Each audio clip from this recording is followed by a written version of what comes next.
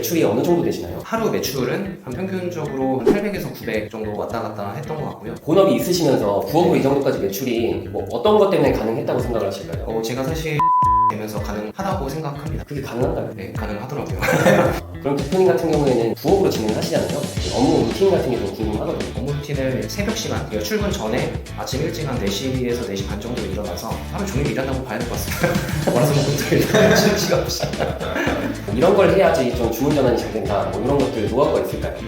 일단은 제일 중요한 것 같고요. 제 첫 번째 원칙이라고 말씀드릴 수 있을 것 같습니다. 오늘도 다 풀고 가시네요. 오늘은 저희한테 반자동 컨설팅도 들으시고 수동 컨설팅도 들으시고 최근에 매출 2억 6천까지 달성하신 대표님을 모시고 이야기를 나눠보겠습니다. 안녕하세요. 안녕하세요. 저 구데라이프 카페에서 아리스타라는 닉네임으로 활동하고 있는 아리스타입니다. 반갑습니다. 반갑습니다. 엄청 좀 오랜만에 뵙네요. 네. 오랜만에 뵙습니다. 지금 이게 인터뷰가 두 번째인데 네. 그때는 거의 한 1년, 2년 전이었나요? 작년이었던 것 같습니다. 대표님 지금 2억 6천까지 찍으셨는데 기분이 어떠신가요? 사실 얼떨떨합니다. 2억 6천이라는 매출이 사실 목표는 잡고 있긴 했었지만 이게 생각보다 좀 빨리 달성한 목표치여가지고 기분이 좋기도 하면서 약간 좀 불안한 느낌? 왜냐면 이게 또 언제 또 떨어질지 모르기 때문에 이걸 잘 유지를 해야겠다라는 다짐도 하게 됐습니다. 그럼 대표님 지금 부업으로 유지를 하고 계신데 이게 부업으로 여기까지가 좀 솔직히 가능한 건가요? 아니면 대표님만 특별해서 그런 건가요? 제 생각에는 누구나 가능하다고 생각을 합니다. 이거 좀 아닌 것 같은데. 네, 이제 대표님께서 본업이 있으시면서 부업으로 이 정도까지 매출이 뭐 어떤 것 때문에 가능했다고 생각을 하실까요? 제가 사실 그 와이프가 얼마 전에 그 1분기 때 퇴사를 하면서 사무실을 차리게 됐거든요. 근데 제가 9to6로 근무를 하고 있기 때문에 와이프가 사무실에서 출근하면서 직원들이랑 같이 이제 일하면서 제가 휴가를 내고 잠깐 이제 사무실 가서 봐준다든지 그런 식으로 그 인력을 통해서 레버리지를 할 수 있는 시간을 확보하게 되면서 가능하다고 생각합니다. 사실 저 혼자 있었으면은 불가능했을 거라고 생각을 하고요. 그럼 직원을 혹시 몇 명을 운영하시나요? 지금 2명 운영을 하고 있습니다. 그 직원들이 어떤 걸 업무를 처리하나요? 일단은 와이프까지 엄연히 말하면 이제 와이프까지 3명인데 와이프랑 직원 1명이 구매랑 CS를 전담을 하고 있고요. 그 다음에 나머지 1명은 이제 소싱 그리고 이런 마케팅 작업들 이런 것들 위주로 좀 진행을 하고 있습니다. 지금 그러면 구매 대행을 하고 계신데 구매 대행 방식을 보면 반자동이 있고 수동이 있고 뭐 이렇게 다양하잖아요. 대량도 있고 지금 어떤 방식이 주력으로 매출이 나오는 건가요? 예전에는 반자동이 거의 70%고 수동이 30%였는데 제가 이제 그 예전에 그 카페에 글을 쓴 적이 있었는데 점점 이제 수동 쪽으로 비율을 높여가는 게 제가 부업인 입장에서 시간을 좀 더 효율적으로 쓸 수 있다라고 판단을 해서 수동 쪽으로 이제 한 60% 정도 옮겨온 상황입니다. 그럼 이제 수동 매출이 60%고 반자동이 40%인 거네요? 예, 넘어간 거예요? 예. 그럼 수동 매출이 거의 1억 이상인 거예요? 맞습니다. 그게 가능한가요? 네, 가능하더라고요. 그럼 그 반자동 상품을 수동화 시켜서 수동으로 넘긴 건가요? 그런 것도 있고요. 제가 수동 강의를 들으면서 엔처권 프로그램 통해서 수동을 소싱하는 방법에 대해서 배웠기 때문에 그 방식대로 소싱을 지속적으로 해 나간 결과이지 않은가 싶습니다. 수동 자동화 그 프로그램 쓰시는 거죠? 맞습니다. 수동 자동화 프로그램 써서 이제 소싱을 많이 하고 있습니다. 대표님 계속 쓰고 계셨네요. 저는 근데 그거 없으면 이제 수동 소싱 하기가 시간이 너무 오래 걸려서 아주 유용하게 쓰고 있습니다. 그 데이터 통해서 제가 가공을 해서 좀 확률을 높이는 그런 방법들에 대해서 스스로 뭔가 좀 이렇게 시험적으로 하고 있는 부분이 있거든요. 근데 그런 게 운이 좋게 몇 개가 좀 터지면서 이렇게 좀 잘 나왔던 것 같습니다. 반자동 상품을 수동으로 계속 이제 전환을 시키고 있는데 그 중에서 몇 개가 터졌다는 거는 몇 개가 안 된다는 건가요? 그렇죠. 몇 개 정도가 효자 상품인가요? 제가 여태까지 그런 수동화 작업을 하고 새로 수동 소싱을 해서 진행을 한 것들이 거의 이제 50개 정도 되는 것 같은데 그 중에서 15개 정도 상품으로 매출을 내고 있는 것 같습니다. 15개는 많은 거 아닌가요? 근데 넣은 제품들이 사실 좀 많기 때문에 아마 50개 이상 될 겁니다. 제가 대략적으로 그러니까 망한 제품들 또한 많은 것 같고요. 망한 거 빼면은 그 중에서 건진 게 한 15개 정도? 그러면 거의 그냥 계속 찍어내기 식으로 진행을 하시는 건가요? 맞습니다. 그 반자동도 물건을 많이 올려야지 반자동 매출이 나는 것처럼 수동도 이제 많이 이제 찍어내고 하면서 이제 매출이 안 나오는 거는 좀 뭐 버리고 이제 새로 나올 만한 것들을 계속 찍어내면서 그게 이제 어쩌다 보니까 좀 터지는 그런 상황이었던 것 같습니다. 그러니까 매출이 나올 만한 것들은 그냥 저희 소싱 프로그램으로 해서 상품 소싱을 한 다음에 거기에서 추가적으로 그냥 찍어낸다. 약간 이런 단순한 방식으로 진행을 하시는 건가요? 예, 맞습니다. 거기 아까 말씀하셨듯이 반자동에서 잘 팔렸던 제품을 상세 페이지를 가공을 하고 이제 여러 가지 마케팅 작업, 이제 더 후킹을 하는 그런 작업들을 했었습니다.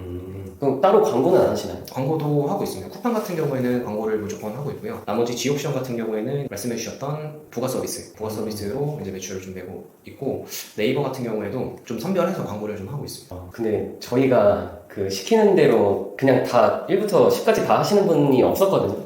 근데 지금 들어보니까 좀 깜짝 놀란 게 그런 지옥시험 부분까지도 그냥 하고 계신다는 게 저희는 되게 놀랐거든요. 근데 저희를 그렇게 믿고 그냥 다 하신 이유가 있을까요? 안 해보고 이제 아무런 시도도 안 하면 아무런 일도 일어나지 않으니까 다 해봤습니다. 이러고 이제 해봤는데 만약에 매출이 안 났다 그러면 네. 네, 근데 다 이제 경험과 이런 데이터를 통해서 강의를 해주셨기 때문에 믿고 그대로 진행해서 매출이 났던 거라고 생각합니다. 그러면은 쿠팡이 이제 주력이실 거고 지옥션도 그만큼 잘 나오나요?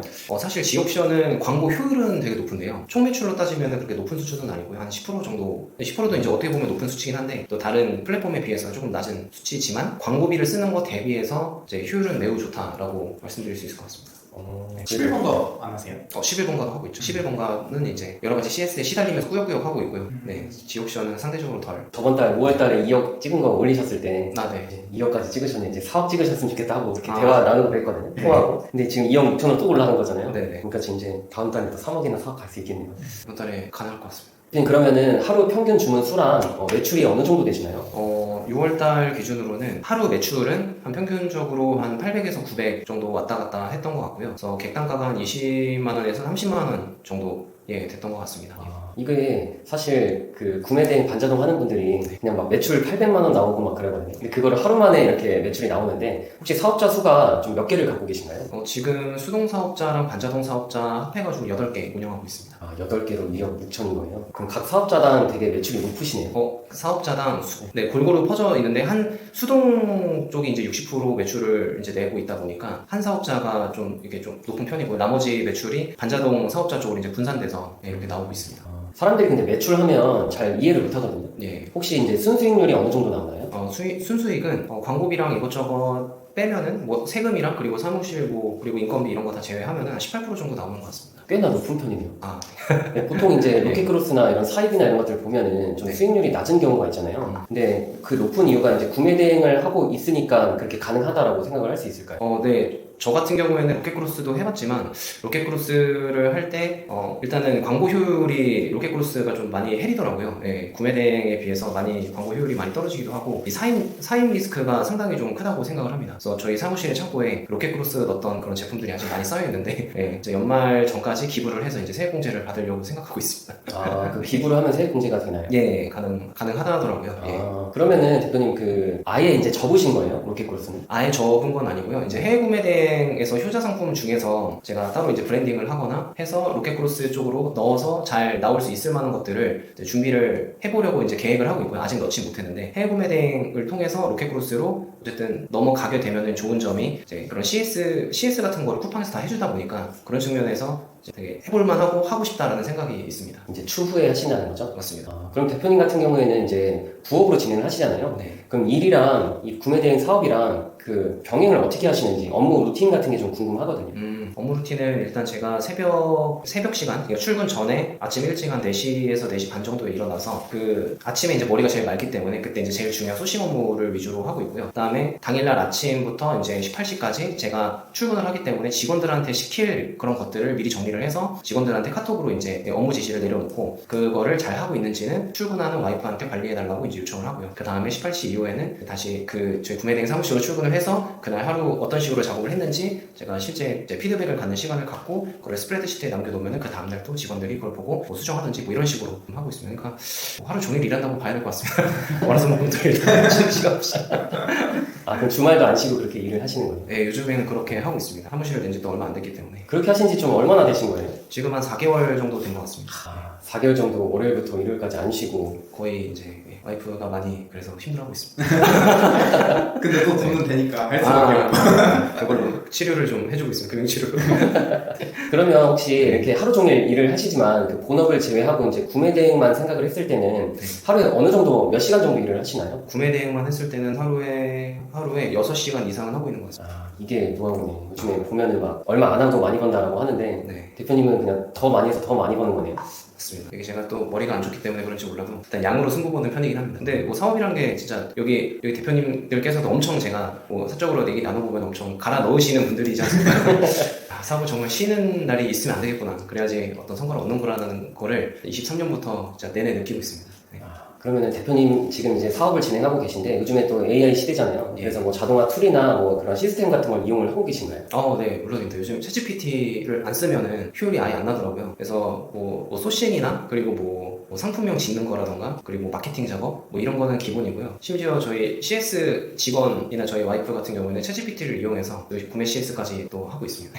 GPT를 활용해서 어떻게 하는 거예요? 예를 들어 뭐 고객이 이제 막 강성 고객이 있으면 좀 그거를 마음을 풀어주게끔 얘기해달라는 식으로 써서 보내는 식으로 하는 건가요? 맞습니다. 정확하게. 그러니까 저희가 반품이 사실 매출이 늘어나면서 반품률은 그대로인데 수가 늘어나기 때문에 이 반품을 막기 위해서는 CS를 좀 고퀄리티로 해야 될 필요성이 있겠더라고요. 그런 경우에 고객의 입장에서 어떤 식으로 말을 해야지 이제 이런 반품을 좀 막을 수 있을지에 대해서 GPT가 아무래도 이제 글을 잘 쓰다 보니까 이런 상황인데 어떻게 얘기하면 될까? 딱 한번 딱 치면은 이제 답이 딱 나오잖아요. 네, 그런 거를 잘 활용을 하더라고요. 네. 그거를 딱 봤을 때 좀 기분이 풀리게끔 GPT가 써주는 건가요? 네, 맞습니다. 뭔가 이게 그러니까 정형화되어 있는 폼으로 그냥 상담하는 방식이 아니라 정말 마치 이제 큰 기업이 좋은 서비스를 하듯이 이렇게 정형화된 말투와 어떤 사실 리워드까지 좀 넣거든요. 반품을 받기 위해서. 그러니까 마진이 만약에 5만 원이다. 그러면 저희가 거기서 만 원을 잃더라도 이 만 원을 줌으로써 반품을 막으면은 어쨌든 4만 원이라는 이득이 생기기 때문에 그런 것까지 이제 같이 이제 GPT랑 이제 뭐 협업하면서 이제 하고 있습니다. 그리고 뭐 따로 템플릿 같은 걸 써놓고 그냥 반복적으로 하시는 건가요?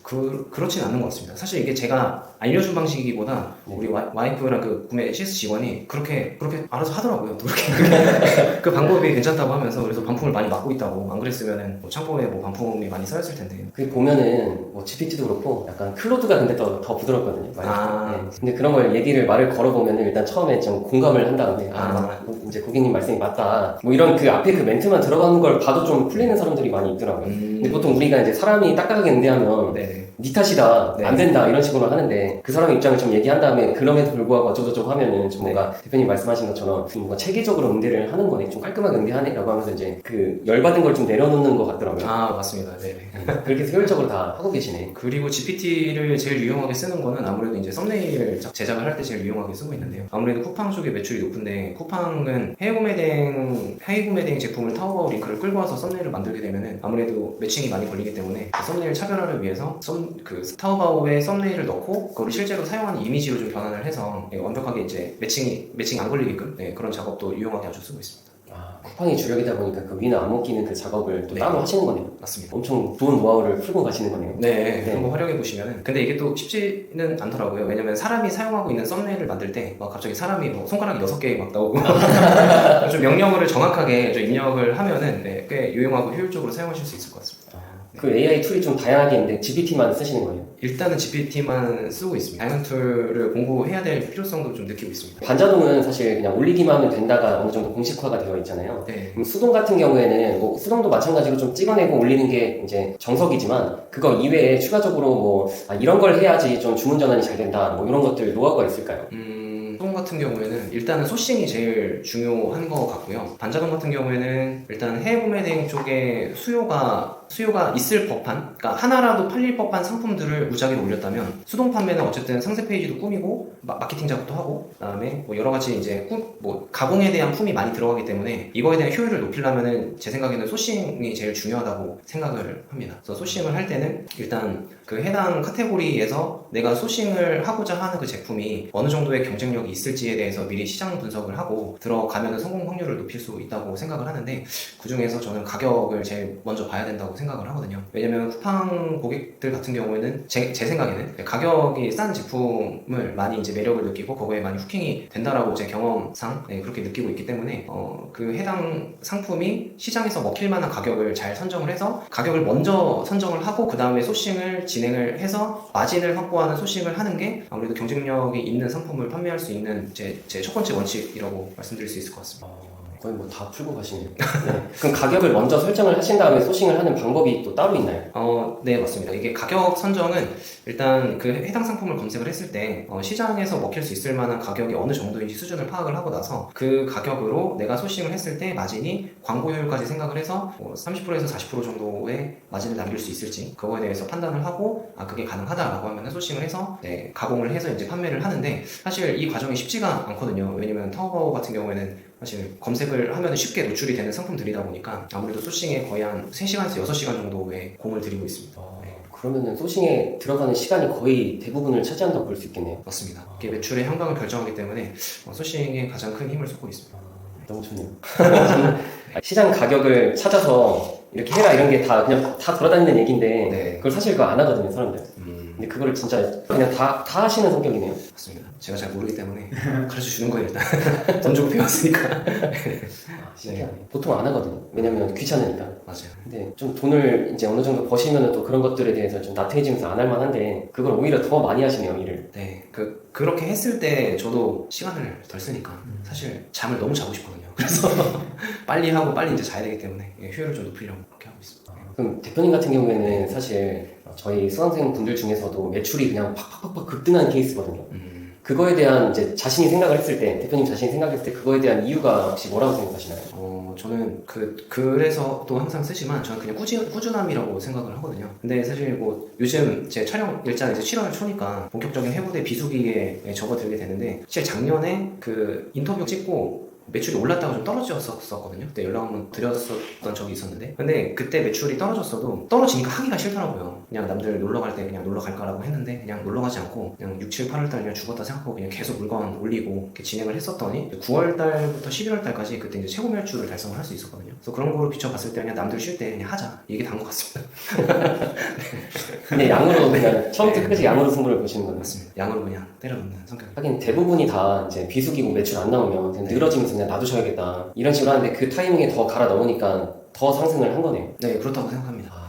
그러면은 대표님 같은 경우에는 또 부업으로 진행을 하시는데 본업 때문에 뭐 놓친 대량건이 있다던가 그런 본업 때문에 구매 대행이 생각을 했을 때 좀 아쉬운 점이 있다던가 이런 거가 있으실까요? 저는 사실 전업일 때 장점이랑 부업으로 이걸 진행했을 때 장점이 명확하다고 생각을 하는데요. 제가 부업을 유지를 하고 있는 이유가 사실 이게 현금 흐름이 막히는 경우가 많다고 하더라고요. 전업이신 분들은 특히. 그래서 이제 중소기업 지능청 쪽에서 이제 대출도 많이 알아보시고 그다음에 이제 여러 가지 이제 대출 프로그램들이 있잖아요.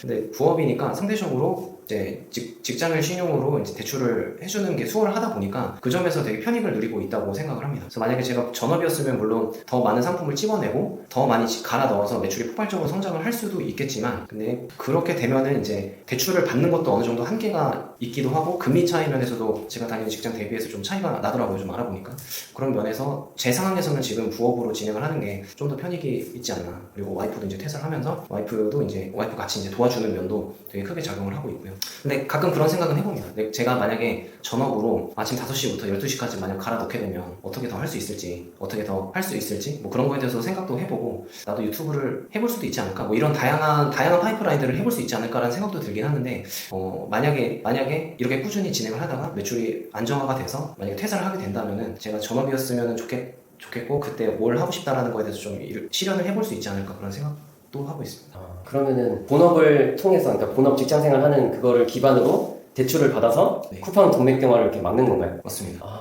네. 네, 그 신용 대출 덕분에 사실 돈맥경화가 온 건 한 번도 없었던 것 같습니다. 네. 그럼 뭐 선정산이나 이런 건 안 쓰십니까? 아예 쓴 적이 없습니다. 네. 그렇게 활용하시는 분은 또 처음 봤네요. 근데 그 정산 받으면 또 다시 갚는 거잖아요. 네. 갚고 나서 또 나중에 돈맥경화면 또 다시 받고 또 다시 넣는 거예요? 저희 지금 대출 말씀하시죠? 네. 예, 맞습니다. 네. 그 이렇게 자유자재로 갚았다가 또 이제 갚았으니까 나중에 또 그만큼 또 빌릴 수 있고 이런 식으로 쉽게 되는 거예요? 맞습니다. 그 지금 마이너스 통장으로 활용을 하고 있어서 쉽게 빼고 네. 또 이제 정산 되면 또 넣고 이렇게. 완전 대박이네. 그러니까 보통 쿠팡 돈맥경화 오는 분들은 되게 고통을 많이 받거든요. 네. 그런 식으로도 할 수 있구나. 맞습니다.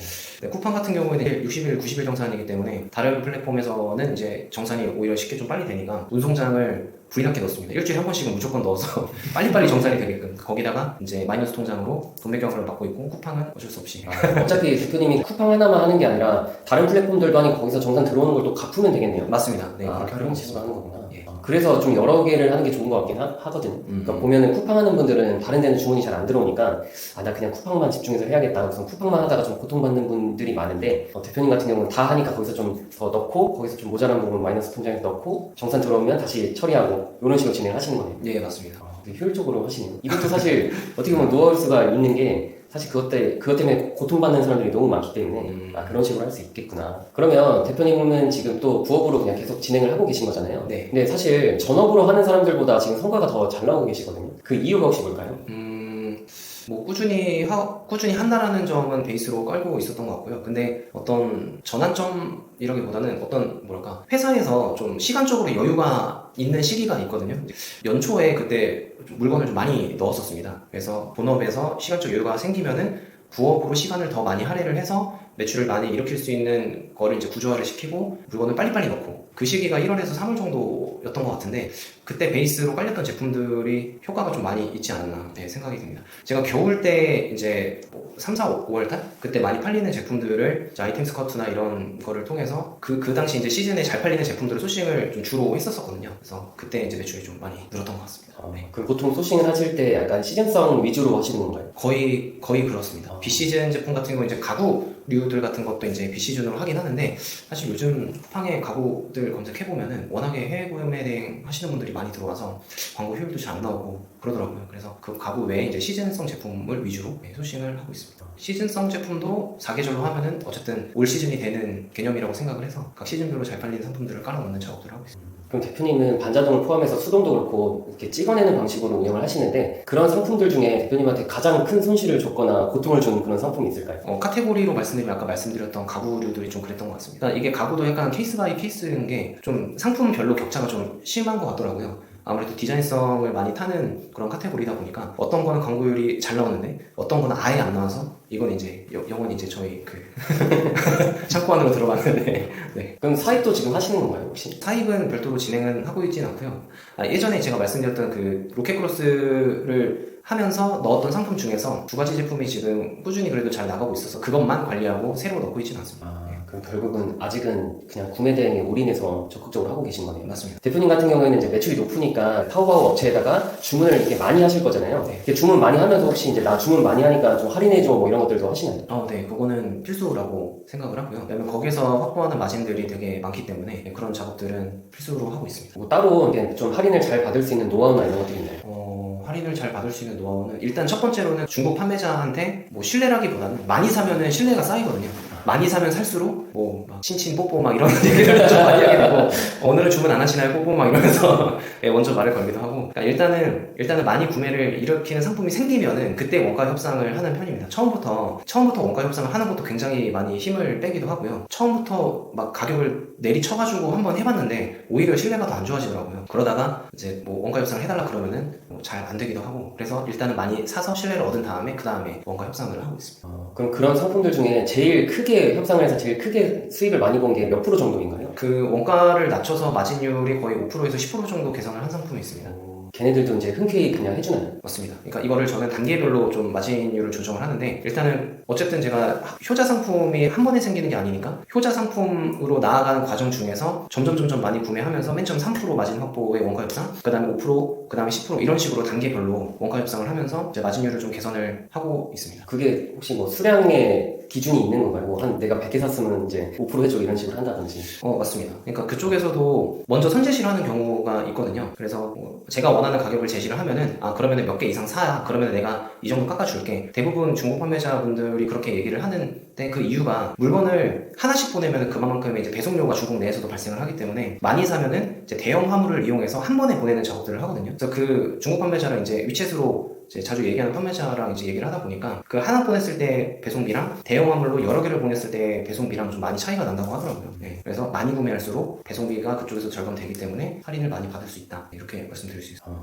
일단 뭐 많이 사야 된다는 거네요, 결론은. 맞습니다. 네, 처음부터는 잘 안 해주긴 하더라고요. 네. 처음부터 얘기하면 뭐 최저가다 뭐 이것만 계속 보내잖아요. 네. 아니면 그런 거 보면은 결국은 많이 사고, 그러니까 내가 많이 샀다는 거 어필하고, 그 다음에 좀 싸게 해달라, 그리고 대량으로 주문하고 이런 식으로 하는 거구나. 예. 그럼 대표님 같은 경우에는 타오바오 말고 뭐 1688에서도 사기도 하나요? 네, 맞습니다. 그러니까 1688이 우리나라 도매국 같은 사이트이기 때문에 타오바오에 있는 제품들을 더 할인해서 이제 1688에서도 팔기도 하더라고요. 그래서 제가 가구 카테고리에서 한 제품을 소싱을 하다가 1688에서 거의 한 300위안 정도 더 싸게 팔고 있는 걸 발견을 해서 거기서도 소싱을 좀 하고 있습니다. 근데 여기서 좀 주의를 할 게, 타오바오보다 1688이 품질 면에서는 조금 안 좋더라고요. 아무래도 타오바오에서는 우리나라 쿠팡 같은 거다 보니까 좀 더 이제 포장이라던가 보안 포장이라던가 아니면 이런 뭐 매뉴얼이라던가 이런 거에 좀 더 신경을 써서 판매를 하고 있는 판매자들이 상대적으로 좀 비율이 높기 때문에 품질적인 면만 이제 확보가 된다면은 1688에서도 충분히 소싱을 할 수 있을 것 같고, 저는 그래서 1688에서 소싱을 할 때 먼저 중국 판매자한테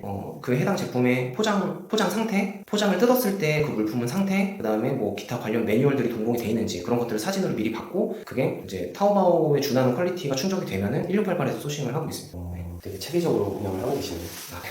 그러면 부업으로 한다고 하면 네. 사실 또 궁금한 점이 하나가 있는데, 그 직장 동료들이 혹시 이제 구매 대행을 하시는 걸 알고 있나요? 한 2명한테 밖에 말 안. 그 사람들은 반응이 어떤가요? 진짜 입이 무거운 친구들한테만 좀 얘기를 했는데, 사실 시도를 하긴 했거든요. 시도를 했는데 좀 성과가 좀 잘 안 나오고 있는데, 얘기를 저도 이제 피드백을 해주다 보면 사실 열심히 안 해서 매출이 안 나오는 것 같은데, 네. 근데 어느 정도는 순수익이 100에서 200 정도는 꾸준히 내고 있습니다. 근데 그들의 목표치가 워낙 높아서 왜 이렇게 안 나오냐라고 물어보면 안 하기 때문에 안 나오는 거다, 이렇게 네, 답변을 해주고 있습니다. 네. 저는 또 대표님이 안 나온다고 하길래 네. 그냥 뭐 하는 돈 마는 돈 하다가 접었다는 줄 알았는데, 그래도 1, 200 정도는 가져가는 정도면 네. 수익 잘하고 있는 거거든요. 근데 비교 대상이 너무 넘사벽이라서 그런 거 아닌가요? 그들이 목표하는 얘기를 했을 때 그 목표치가 제가 봤을 때 그렇게 하면 그 목표치는 안 나올 거야 라고 N짝꿍을 이용하는 친구들인데, 네. 그래도 그분 같은 경우에도 그냥 버티면은 계속 돈을 뽑아 먹을 수 있으니까 네. 나중에는 그냥 견디기만 하면 또 더 많이 벌어가실 수 있겠네요. 네, 맞습니다. 그럼 이제 자주 조언을 해주시는 건가요?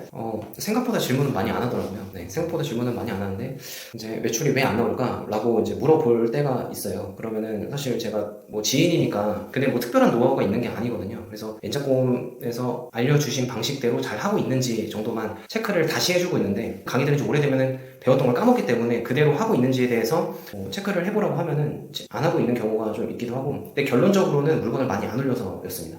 네. 업로드를 많이 안 했어요. 네. 보통 몇 개 정도 하시나요? 그런데? 분들이 뭐 한 50개 정도? 하루에 50개? 하루에 50개 정도. 거의 안 하시네. 처음에 100개에서 150개는 해야 된다. 뭐 그렇게 하면은 사실 힘드니까 잘 안 하잖아요. 그러다가 이제 매출이 나오니까 이제 또 점점 줄어드는 거죠. 솔직히 그 알바를 안 쓰면 50개씩 올리는 것도 힘들잖아요. 네. 근데도 한다는 거잖아요. 네. 좀 신기하네. 요거 덕분에, N짝꿍 반자동 프로그램 덕분에 진짜 맨 처음에는 막 다 일일이 돋보기 다 해가지고 그런 식으로 하다가 이거 알려주고 나서 효율이 많이 생겨가지고 진짜 시간을 많이 아꼈다고. 그래도 그분들도 벌고 계시니까 진짜 좀 다행이네요. 네, 맞습니다. 그 대표님 루틴을 보면 사실 거의 로봇에 가깝거든요. 그래서 본업에 이제 지장이 혹시 없었는지 좀 궁금하거든요. 본업에 지장이 있을 때가 사실 좀 많았습니다. 근데 제가 이제 연차가 아무래도 그래도 업무에 익숙해진 단계가 왔거든요. 그래서 지금은 그래도 신입사원 때처럼 신경을 그렇게 크게 주지 않아도 될 만한 그런 업무들을 하고 있기 때문에 요즘에는 그래도 괜찮습니다. 병행하기 좀 괜찮아진 상황입니다. 네. 다행이네요. 네. 그럼 대표님 같은 경우에는 언제까지 부업으로 하실 건가요? 그래도 지금 계획으로는 진짜 매출 3억 정도가 시스템화가 돼서 좀 안정화가 됐을 때, 그때 퇴사를 좀 생각을 할 수 있지 않을까? 근데 사실 회사를 관두지 않더라도 이 상태를 유지할 수 있다면은 굳이 관둘 생각은 아직까지는 없는 것 같습니다. 그럼 대표님이 생각을 하셨을 때, 나 이제 그냥 직장 다니기 싫으니까 구매 대행하면서 전업을 하겠다, 이런 사람들에 대해서 어떻게 생각을 하시나요? 물론 본인들 선택이긴 하겠지만, 그냥 제가 경험상 말씀드리면은, 이게 본인이 현금 흐름이 있을 때 구매 대행을 하는 것과 안 하는 거는 심리적인 영향이 좀 크다라고 생각을 하거든요.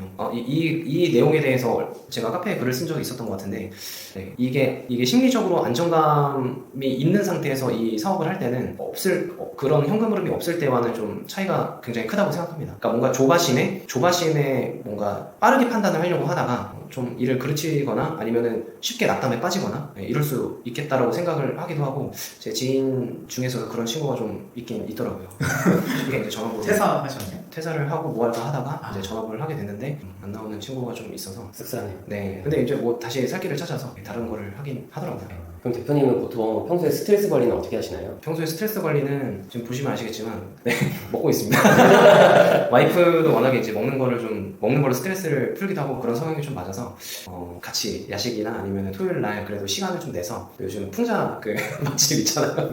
네, 또간집 근처에 또간집 있으면 뭐 갔다 오거나 여러 가지 맛있는 것들을 먹으면서 스트레스를 좀 풀고 있습니다. 그런 것들이 맞는 게 사실 되게 중요하다고 생각이 들거든요. 그러니까 나는 야식 먹기 싫어, 나 건강 관리 해야 돼, 이런 한쪽이 그러고, 나는 나 좀 이렇게 스트레스 받았을 때 야식도 먹고 술 한잔도 하고 싶은데 이런 것들이 안 맞으면 그게 좀 서로 스트레스 받는 부분인데 잘 맞으셔가지고 잘 하시네요. 네, 맞습니다. 그리고 어떻게 보면 업무를 같이 하고 계신 거잖아요. 네. 그럴 때 이제 좀 트러블이 발생할 수도 있는데 뭐 싸우거나 하지는 않으셔요. 초반에 되게 많이 좀 다투고 오늘도 뭐 몇 가지 때문에 좀 다툰 것도 있는데 사실 이 사업을 같이 하게 되니까 어쩔 수 없이 그런 마찰이 생기더라고요. 아무래도 의견이 좀 다르다 보니까. 근데 이것도 극복해 나가는 과정이 어떻게 보면 저도 사업을 배우고 있다라고 생각을 하고 가까운 지인하고의 어떤 트러블을 해결하는 과정을 통해서 이제 다른 지인이 아닌 타인과 어떤 사업을 만약에 하게 됐을 때 이런 것들이 많이 도움이 될 거라고 생각을 합니다. 왜냐면 가까운 사람일수록 그 사람의 마음을 들여다보려고 하지 않고 나는 이 사람을 알고 있어라고 생각을 하고 속단하는 경우가 좀 대부분인 것 같더라고요. 그런 부분에서 좀 많이 오히려 와이프한테 많이 배우기도 하고 시너지를 내고 있는 것 같습니다. 그러니까 어쨌든 제가 사업을 맨 처음에 이제 만들어 왔지만 같이 이제 비즈니스 파트너로서 본인이 어떤 생각을 얘기를 해줄 때 되게 깜짝 놀라는 부분도 사실 많거든요. 와이프가 퇴사하기 전에 회사에서 그 매니저 역할을 좀 했었는데 그러다 보니까 이 팀 매니지먼트를 하는 거에 대한 그런 노하우가 쌓이다 보니까 저보다 직원을 훨씬 더 이렇게 잘 마음을 헤아려주고 직원한테 일을 시킬 때 어떻게 효율적으로 시켜야 되는지에 대해서 본인의 생각을 저한테 노하우를 더 전수를 해주는 편입니다. 그래서 그 부분에 대해서 참 많이 도움을 받고 있습니다. 아, 진짜 좋네요. 네. 그럼 혹시 대표님은 이제 이 사업을 진행을 해오시면서 뭐 이제 본업도 있고 지금 이거 구매 대행 사업도 같이 진행을 하고 계신데 번아웃이 오거나 한 적은 없나요? 번아웃은 한 달에 한 번씩 오고 지금도 뭔가 좀 오신 것 같아요. 피곤해하신 것 같아요. 눈물이 그냥 네. 사실 뭐 번아웃이라는 게 이게 갑자기 하기 싫다라는 느낌이 문득문득 좀 들긴 하더라고요. 그럴 때마다 옆에서 하고 있는 와이프를 보면은 정신 차리게 돼요. 오긴 오지만 요즘 들어서 그렇게 짧은 것 같진 않아요, 사실. 왜냐면 같이 일을 하면서 스트레스 풀러 가게 되면 뭔가 이제 밥을 먹으면서 맛있는 걸 먹으면서 그런 얘기를 하면서 해소가 되더라고요. 그래서 오히려 와이프랑 같이 일을 하게 되면서 번아웃이 오는 기간이나 그런 것들도 그 빈도수도 많이 짧아진 것 같아요. 어떻게 보면 같이 하는 비즈니스 파트너가 바로 옆에 있으니까 계속 스트레스가 그렇게 해소가 되시는 것 같아요. 이거는 와이프 얘기도 좀 들어봐야 될 것 같습니다.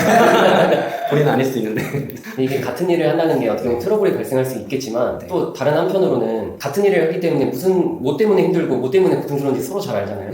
그거에 대해서 또 이제 슬쩍 봤는데 저것 때문에 고통받고 있구나 하면 가서 이제 좀 보듬어주고 서로 하다 보면은 그게 좀 잘 풀리는 것 같더라고요. 근데 그거를 이제 또 외식하면서 이제 밥 먹고 풀리고 그렇게 하는 거 보니까 되게 관계가 되게 건강하게 좀 잘 하고 계시네요. 네, 지금까지는 그렇습니다.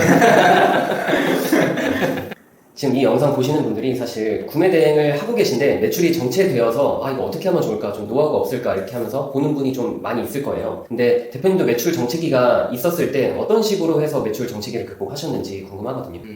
매출 정체기는 이제 해외 구매 대행 사업 특성상 그 시즌이 있다라고 생각을 하고요. 지금이 이제 그 시즌에 돌입을 하고 있다라고 생각을 하는데 이 시기일수록 그 매출을 내는 본질에 대해서 생각을 하고 내 매출에 일희일비하지 않고 꾸준히 상품을 올려 나가는 게 제일 중요하다고 생각을 합니다. 그 견뎌내는 그러니까 농부가 씨를 뿌려야 가을에 수확을 하듯이 그 농부의 마음으로 더울 때 그리고 잘 안 팔릴 때 씨를 많이 뿌려 놓는 자가 이제 성수기에 다가왔을 때 웃을 수 있지 않을까. 그렇게 생각을 하시고 꾸준히 진행을 하시면은 3개월, 4개월 뒤에는 웃고 계시지 않을까라고 말씀을 드릴 수 있을 것 같습니다. 간단하지만 되게 힘든 영역이긴 한데 대표님 생각을 하셨을 때 이 구매 대행 사업도 사실 그냥 방금 말씀하신 것처럼 농사 느낌처럼 그냥 계속 업로드를 지속을 하는 게 본질이라고 생각을 하시나요? 예, 맞습니다. 근데 마냥 업로드를 해서 매출을 내는 때는 사실 조금은 좀 지났다고 생각을 하고요. 이 물건을 올릴 때 만약에 성수기 때도 만약에 매출이 안 나오셨던 분들의 경우에 내가 꾸준히 올렸는데도 성수기인데도 매출이 안 났다라고 하시는 분들은 본인의 상품 개수에 대해서 한번 맨 처음에 이제 생각을 해보시고 그다음에 올렸을 때 왜 매출이 안 나왔을까? 내가 상품을 어떤 식으로 가공을 하고 있고 어떤 식으로 이제 올리고 있는지에 대해서 다시 한번 체크를 하는 시간을 스스로 이제 분석을 해서 개선을 하는 시간을